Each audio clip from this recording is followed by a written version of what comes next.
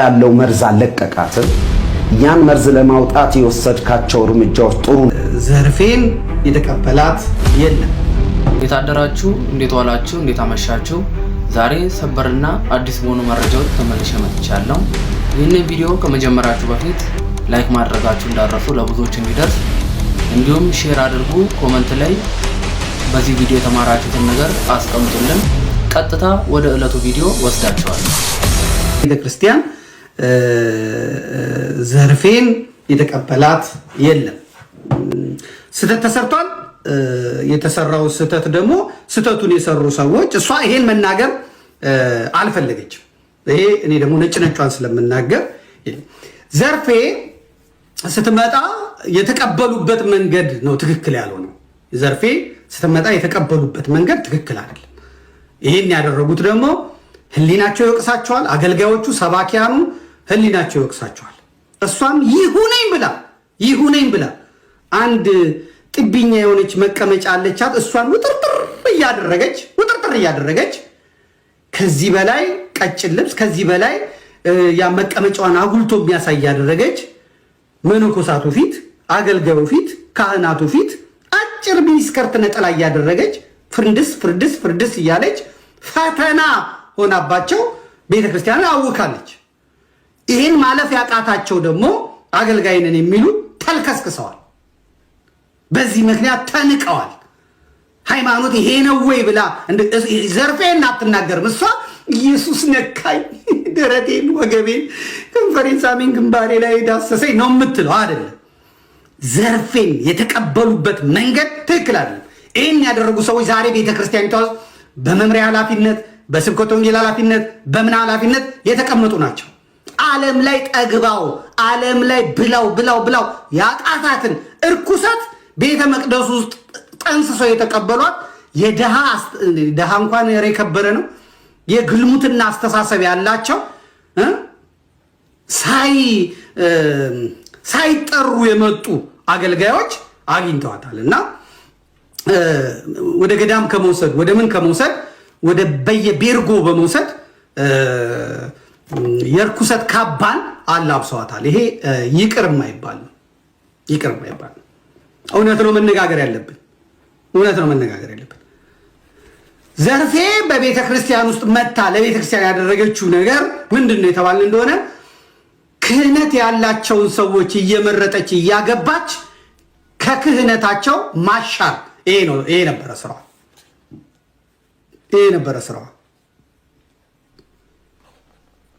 ዘርፌን የተጫናት አጋንንት ኢትዮጵያም ውስጥ አሜሪካንም ውስጥ ሄዶ ክህነት ያላቸውን ወንድሞች ዲያቆናትን እነሱም ደግሞ ድምፃዊ ያገኘን ብለው ቁጥር አንዷ ካሴት 90,000 ተሽጧል፣ 100,000 200,000 ተሽጧል። አሁን ቁጥር ሁለትን ደግሞ እኔን ስታገባ 500,000 ይሸጣል። ከዛ የትም ስትጠራ አብሬያት እሄዳለሁ እያለ ሂሳብ እየሰራ ዘው ብሎ ይገባል።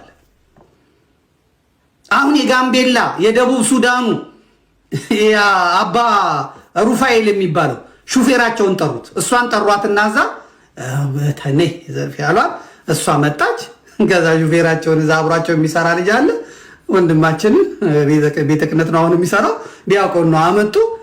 እቺ ልጅ እንዳታመልጥ እናቴ ሂሳቡን ሰሩ። ይሄ ካሴት በ10 ብር ቢሸጥ ሲዲው በ20 ብር ቢሸጥ ስንት ነው? ይሄና እንደዚህ ኦኬ በቃ አንተም አለፈልህ እኔ ይሄን አለ። እሺ ነይ ዘርፌ በቃ ቃል ግቢ እዚህ መጽሐፍ ቅዱስ መጣ ምን አለ በቁርባን እኔ ባሏ ከምሽቱ 2 ሰዓት ተኩል የጀመረ እስከ ምሽቱ 4 ሰዓት ተኩል ትምህርት ሚኒስቴር ህንፃ 4 ኪሎ ትምህርት ሚኒስቴር ህንፃ እንባ እያወጣ እያለቀሰ ነው የመጀመሪያ ባሏ ያጫወተኝ ማለት ነው። አረ ጴንጤ ሆነችብኝ ምን ላድርግ? ጳጳሱ እንትና ተክልዬ ነው ያጋባኝ እኔ እንዴት ላድርገው? እኔ አላቅልህም።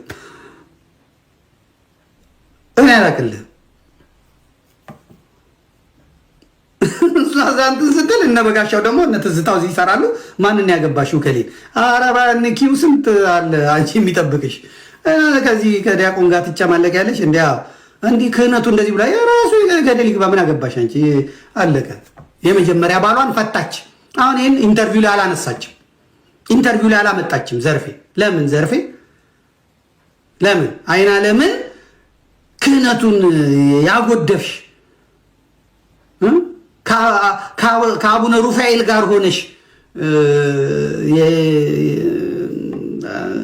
ትክክል አይደለም ብቻ ሆነ። ሂሳብ ሰሩባት፣ ዘርፌን ሂሳብ ሰሩባት። እነ ዶክተር አንዱዓለም አሜሪካ በቃ እሷ ካልመጣቻሉ የአሜሪካው ሲኖዶስ ደግሞ ያኔ ራሱን ማስተዋወቅ ይፈልግ ነበር። አዲስ ክለብ ስለሆነ ራሱን ፕሮሞት ማድረግ ራሱን መሸጥ ይፈልጋል። እና ያ ክለብ ደግሞ ራሱን መሸጥ የሚፈልገው በታዋቂ ተጫዋቾች ነው። ልክ እንደ ሪያል ማድሪድ፣ እንደነ አርሴናል፣ እንደነ ማንቸስተር በገበያው ላይ ማን ነው የጎላው የሚለው ትዝታው የሚባል አዝማሪ፣ ዘርፌ የምትባል አዝማሪ፣ በጋሻው የሚባል ቲክቶከር እነዚህ ናቸውና የሚገኑት። እነዚህን እናምጣቸው። የብሉያት የሐዲሳት መጻሕፍት ሊቅ አያስፈልጉ። ስለዚህ የሰንበት ትምህርት ቤቶች አያስፈልጉ። እነዚህን አምጥተን ገበያ ላይ ብናውላቸው እዚህ ቤተክርስቲያኖቻችን ላይ ዘርፌን ብሎ ይመጣል። ይሄ አዝማሪው ክለብ ናይት ክለብ የሚያደምቀው ይመጣል። ቤተክርስቲያናችን ይሞላል። ልክ ቤተክርስቲያን ሲመጣ እኛ ደግሞ ሙዳየ ምጽዋታችንን ጥላችንን ዘርግተን እንግዲህ ዘርፌን አምጥተን አምጡ ምናምን ብለን እናረጋለን ብለው እነ ዶክተር አንዱዓለም ዳላስ ወሰዷት። ዳላስ አሜሪካ። አዝማሪዋ በአንዴ አለች። በቃ አለቀ። የኢትዮጵያ ቤተክርስቲያንን ተጠግታ የኢትዮጵያ ቤተክርስቲያን አንቀባረረቻት።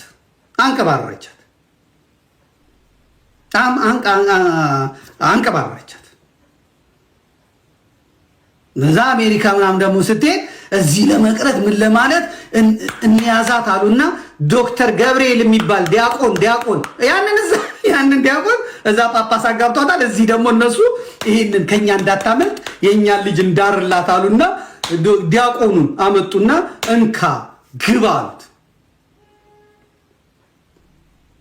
ይቺ በየሄደችበት የምታገባ በየሄደችበት ስትቅም አጋንንቱ ሳይወጣላት አገልግሎት ላይ አወጧት፣ አውደ ምሕረት ላይ አወጧት።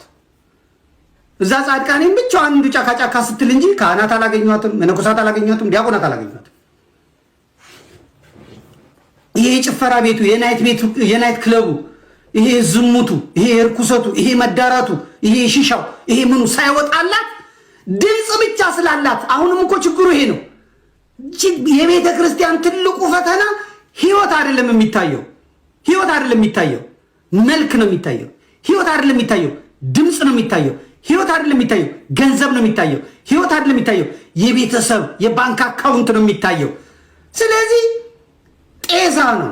ዛሬ ይታያል፣ ነገ ይፈርሳል።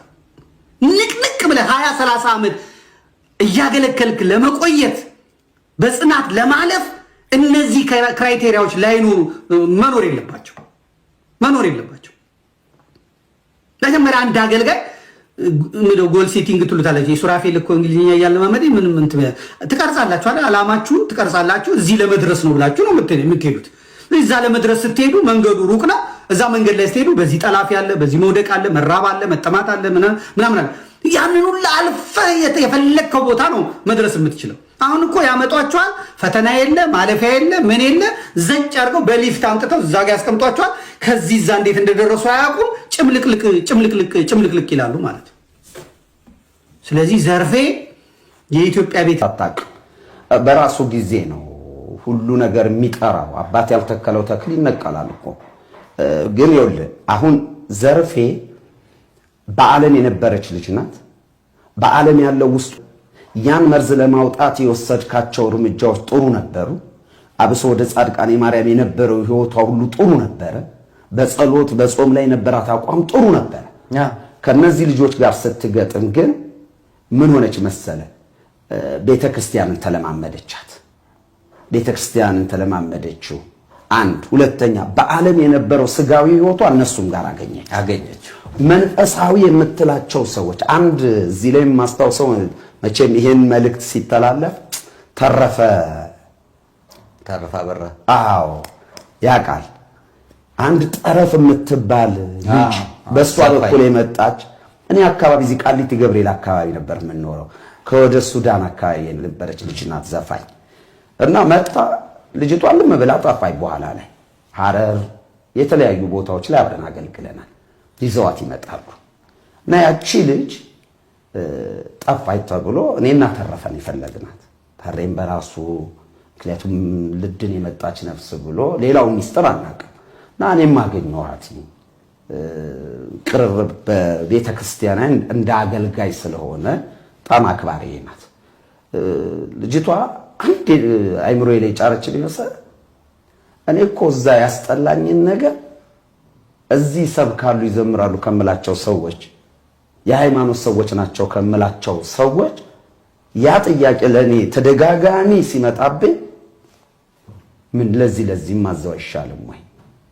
እንግዲህ አስበው ልጅቷ የመጣችው ዘርፌ የመጣችበትን መንገድ አይታ ቀንታ ነበር ወደ ዓለም ተመለሰች። ከዛ በኋላ ግን እዛ ስታይ ያ ህይወት በጨርቃችን የተሸፈነ ነው። እሱ የሸፈነልን ነገር ነው ለካኛ መሀል ያለው። እሷ ደግሞ ያን መቋቋም አልቻለችም። ምክንያቱም ገና ክርስቲያናዊ ህይወት ውስጥ አይደለችም ያለች። ኦርቶዶክሳዊ እምነት ተከታይ ናት፣ ግን ክርስቲያናዊ ህይወት ውስጥ የለችም። የምግባር ብልሹነትን ውስጥ ያሉ አካሄዶች የሚቀርቡላትን ስጋዊ ጥያቄዎችን ተሰጥተ ከዚህ በዓለም ያለው አይሻልም ብላ መሄዷን አስታውሳለሁ። መዝሙር እንደውም አሜን የሚል ነው። የእንትናን ተቆረጠ እንዳይወጣ ለህዝብ አለ። ለምን የእንትናን መዝሙር እኮ ነው ፓራሜራ የሚል ፊልም አልሰራችም ዘርፌ? እዛ ላይ ያለውን መዝሙር ከዛ ትምህርት የሚያለውን መዝሙር አንድ ላይ ተደርጎ እሷ በዚህ የውጭንቱን ሙያው ስላላት መሰለኝ በጣም እንትን አደረገችው። በነገራችን ላይ ፓራሜራ ፊልም የመካሪው ገጸ ባህሪ የኔ ነው። ኦኬ ለምን ዘርፌን ከሀስከፈ ካርድ ሞሞ የሌላት ልጅ ናት። ስልክ ለመደወል በጣም በብዙ እንትን ውስጥ የነበረች ልጅ ናትና እንዳልከው ትንኮሳዎች ብዙ ጥሩ ያልሆኑ ነገሮች እኛ ቤት ነበረ። ይሄ አገልግሎትም ስትሄድና አበረታት ነበር ነግራት ነበርና ገና ከአራ መድኃኔዓለም አገልግሎት ካገኘኋት በኋላ ሸበሌ ቀጥሬያት ከባድ እንደሆነ ወጀብ እንዳለው ግን ጸጋለሽ፣ በዚህ በጸጋሽ በጸሎት በርቺ፣ ከገዳም አባቶች ጋር ህይወትሽን አስተሳስሪ፣ ትልቅ ደረጃ ትደርሻለሽ ብለን እግዚአብሔር ፈቅዶላት መደመጠ ሰጥቷት ነበር።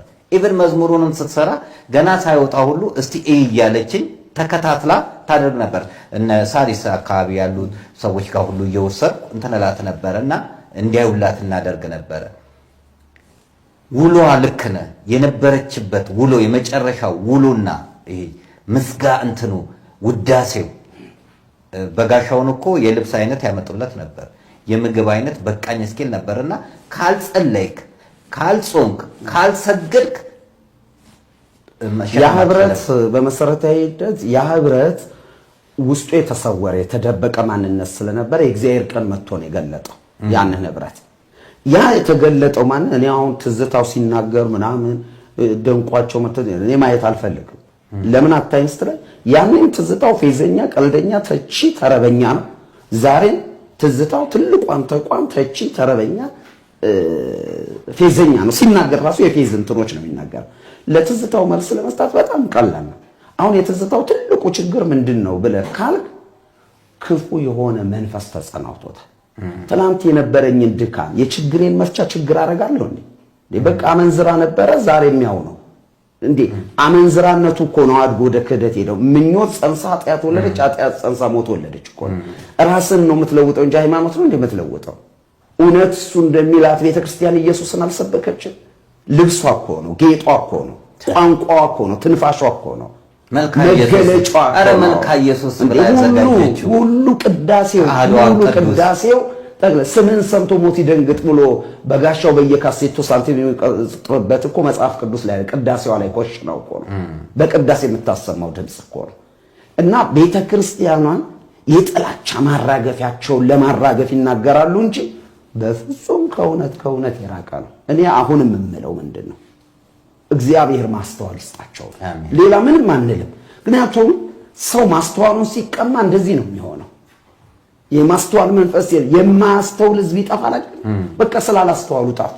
ቤተክርስቲያኗ ውስጥ እነሱ ሆዳቸውን አመለኩ፣ ገንዘብ አመለኩ፣ ትዕቢት መጣ፣ ኩራት መጣ፣ ገንዘብ አገኙ። በቃ በዛ የተነሳ አትንኩኝ ባይነት መጣ። ጭራሽ ደግሞ ከአውደ ምሕረት ጀምሮ ያደርጉት የነበረው አክሽን ይወስዱት የነበረው ነገሮች ሁሉ ለእግዚአብሔር አልተመቸው።